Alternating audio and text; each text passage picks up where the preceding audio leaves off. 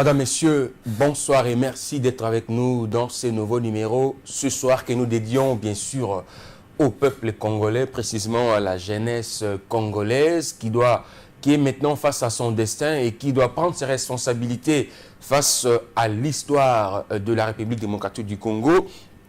Le 26 mai et le 4 juin de l'année en cours, le deux faces, on voulait dire le deux faces politiques, l'opposition et la majorité, le pouvoir du Congo sont sortis du bois à travers de marches qui ont fait sortir dans les rues de la capitale à Kinshasa le peuple congolais, à majorité la jeunesse congolaise qui était dans les rues de Kinshasa le 26 mai et le 4 juin.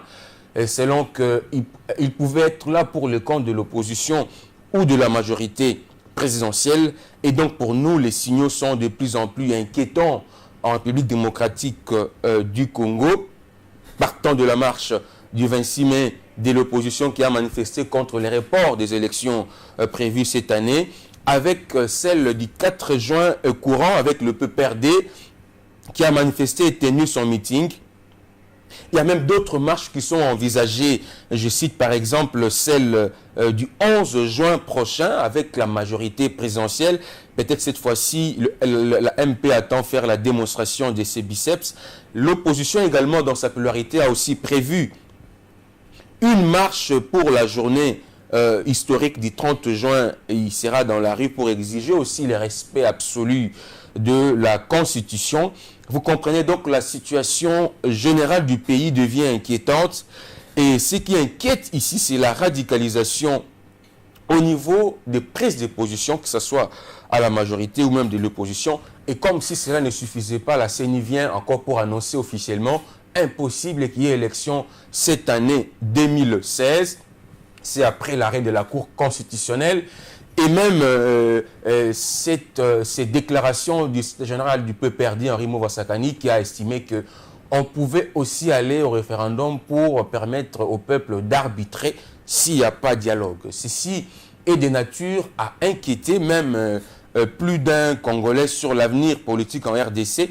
Et c'est beaucoup plus la jeunesse congolaise qui est mise en avant pour, n'est-ce pas, à travers de marches, à travers tout ce que vous savez.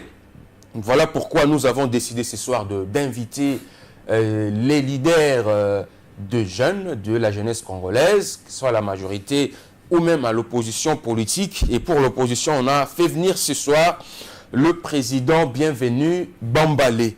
Il est président du mouvement de la jeunesse congolaise. Il était même dans la rue aussi le 26 mai à Kinshasa, je le confirme. Vous êtes d'accord avec moi? Bonjour monsieur. Bonjour, bienvenue. Vous allez bien? Vous avez marché le 26 mai. Et vraiment, pour ma part, je pense que cette marche-là, on avait voulu participer à cette marche pour tout simplement, nous déplorons réellement la situation que nos frères de Beni vivent et puis j'aurais l'arrêt de la Cour constitutionnelle. On marchait pour ce deux, j'aurais raison. Très bien. Alors, en face de vous, on reçoit un autre, je dirais, bon, jeune, oui, mais un autre pour la majorité présidentielle.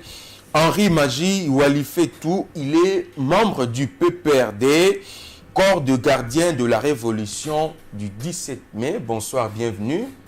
Bonsoir. Ça veut dire quoi, corps de gardien de la révolution du 17 mai? Le corps de gardien de la révolution du 17 mai est un corps d'élite du militantisme kabyliste. L'élite, pourquoi? Aujourd'hui, ce que nous appelons, nous, chez nous, au PPRD, la génération Kabila. La génération Kabila a deux phases. La phase physique, qui est tous ces jeunes gens nés après l'entrée de l'AFDL, donc de Joseph Kabila, ici, dans ce pays. Ces jeunes gens auront bientôt 19 ans, 18 ans, donc c'est les nouveaux électeurs.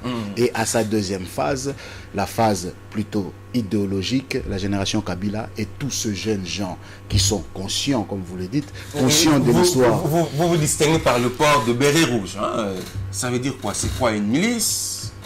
C'est quoi? C'est pour intimider? Pour appeler cela une milice, il faut manquer de culture politique.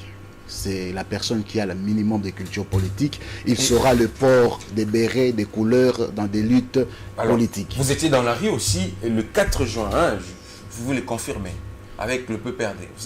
Nous étions dans la rue le 4 juin, similés dans toute la masse des militants.